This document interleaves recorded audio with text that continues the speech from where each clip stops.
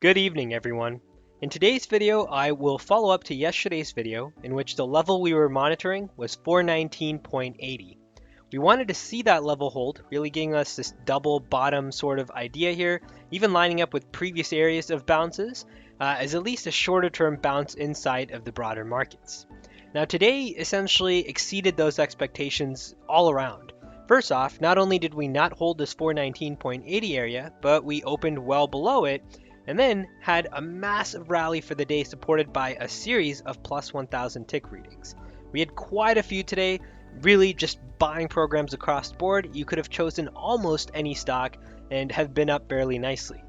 Now with today's rally, we're also seeing certain growth stocks starting to have a bit of a trend shift. For example, inside of Cloudflare, after a pretty bearish move here, we're now starting to see that first glimmer of entering a stage of acceleration. You can see that with the label in the top left. You can also see that with this green line, suggesting we would expect to see at least a little bit of bullish movement inside of Cloudflare. Another stock where this also happened, Datadog, happened fairly recently after earnings, where we gapped up. We've now filled that gap. Market Pulse has also turned green after being red for quite some time. Now it's a question of, do these trends hold, and do we get at least a shorter term bounce here? This is a trend line inside of Datadog where if we break above it, then I would be looking for much more bullish activity, but you still have a play from where we're currently at, right around 154.94 with the market pulse, all the way up to right around that 170 area, which overlaps with previous resistance, the bottom of the trend line, etc., etc. So across the board here, we're starting to see some minor trend shifts. We're also starting to see, in the case of the S&P, that major levels, or at least our next Fibonacci levels, are being held. Now we're looking to see, do they essentially continue building upon that, or was this just a temporary bounce? We break right back down, test 419.80, and then chop around sideways before making that decision one way or the other. So that's what I think at least the broader markets look like today. A lot of confusion round two from yesterday. Now let's move into our actual trades that's set up, and I'll focus in on the S&P 500 futures here. So if I close this, we come into the 1 minute time frame chart. And to start off the day inside of the S&P, we were on our doomsday aggressive model. I'll walk through why by starting with our scalper here first. So the S&P, of course, if you didn't observe overnight activity, we gapped down. Then the S&P essentially rallied in that first 30 minutes right outside of our scalper volatility box clouds. Once that happened, we go from our scalper to the aggressive, trying to see if that's containing volatility. This is still inside of that first hour test, as we like to call it, where you're determining what is our volatility compass for the day. So it's not the scalper, clearly, as we can see price is breaking well outside of the scalper. We move on to the aggressive here.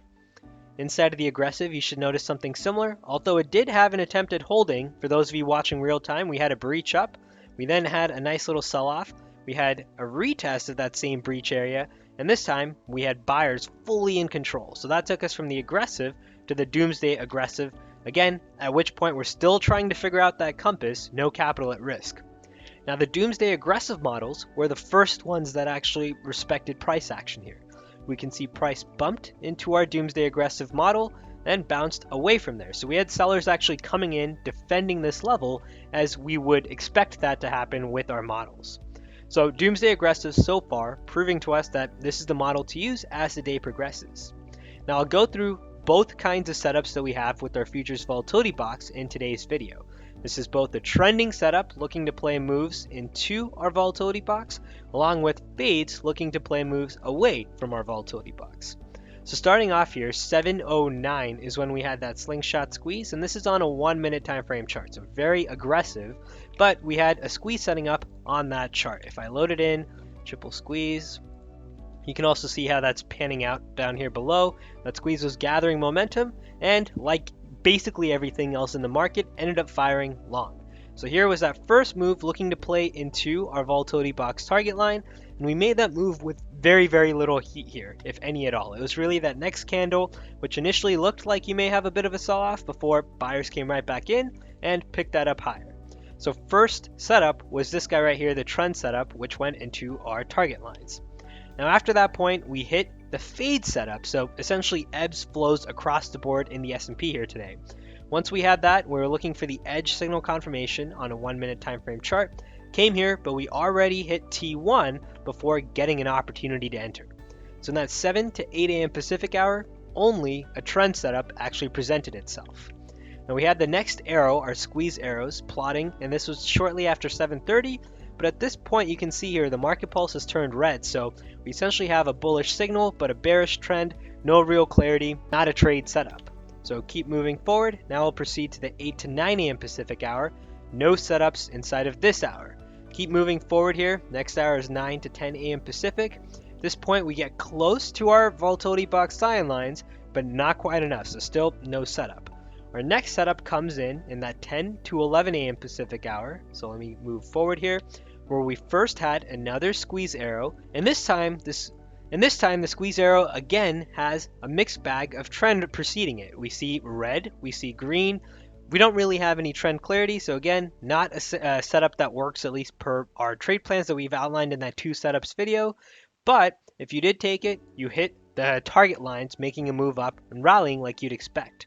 Now came the fade setup on the opposite side, and this came in very close to that edge of the hour. So for those of you that skipped it, I don't blame you. This happened at that 49 candle, and that 50 candle is where we're essentially looking to cut off the edge of hour trades. So in this case, 49 minute mark, is where we had the breach. We then had the edge signal. We had plenty of opportunities to enter inside of that sign entry line, and we still had that flush move down lower to only our first target. So this was the fade setup inside of the S&P. Now in the next hour, we had another squeeze arrow that's set up. This time we had much better trend clarity. Green, green, green, green, green. We don't see any recent red. Even if I zoom in here, you'll see the line pretty much held for the most part with a whole lot of chop around sideways, another squeeze setup, and another squeeze that ultimately ended up firing long. This time again, taking us into the next hour's volatility box target line. That's this gray target line right here. Now we had our next fade setup also with that burst move up higher, where price action breaches our sign entry line. We then have the edge signal confirmation, not once, not twice, not 3 times, not 4 times, but 5 different times, in which we're just chopping around sideways here. Now, unlike that previous fade, we didn't see sellers come in and defend this level at all. In fact, buyers had full control here. This trade ended up being stopped out, which also was preceded by another squeeze arrow, this time on the bullish side. I ignored this arrow altogether, mostly because my perspective here was still very much short from this setup, which just simply did not end up working. Now zoom out, we had the next and final hour in which if you did take that trade after 12:30, this was the last squeeze arrow that's set up, which still gave you a move into the target line. So zooming out here, just taking a broad view at what happened today in terms of the rally that existed, essentially across the board, the squeeze arrows, 1, 2, we had a third one here, which was skipped, and then finally that fourth one, if you call this the fourth one, where your play is to try and play trending moves into the volatility box. And for the most part, each time we hit the upper edge of the volatility box, we had a bit of a pause, and we had sellers come back in. Same thing happened here, sellers came right back in. Next hour, we came close to the buy side, didn't quite hit it, but buyers came right back in into that little zone right there. Next hour, we had the sell side hit again, sellers come right back in. However, in that 11 to 12 p.m. Pacific hour, we hit it one last time. This time, no sellers to be found, and we had that last little rally into the close. So bringing this back to the daily time frame chart here, the thing that I find interesting is after having a bearish market pulse for quite some time inside of growth stocks, we're seeing that little glimmer of hope, at least inside of some names, not all names, but some names. For example, Datadog was one example that we took a look at, had a green market pulse, looked like we were going to lose that for a bit of time. However, today's rally, very strong, closed right back above, right back into this period of green. Trendline resistance up above near 170. Another example was in Cloudflare. Cloudflare, we've had the market pulse change just a little bit here, but looking like we may have this hold for at least a small little rally here. For those of you looking for something else outside of growth stocks, another example was in Penn Gaming, where again, red market pulse for quite some time, and today was that first glimmer of hope after quite some time that the market pulse has turned green right here with today's price activity. All right, so across the board, I think just a lot of erratic behavior today with the S&P rally. We'll see if that rally holds, even if this is just a shorter term bounce. Again, keep in mind, same number again, 419.80 is that line in the sand. If we break below it and we close below it, then I'd be looking for 391.23 next. right, hope this video was helpful, at least for those of you trying to make some sense of the markets. Good luck trading the rest of this week, and we'll see you in the next update. Take care, everyone.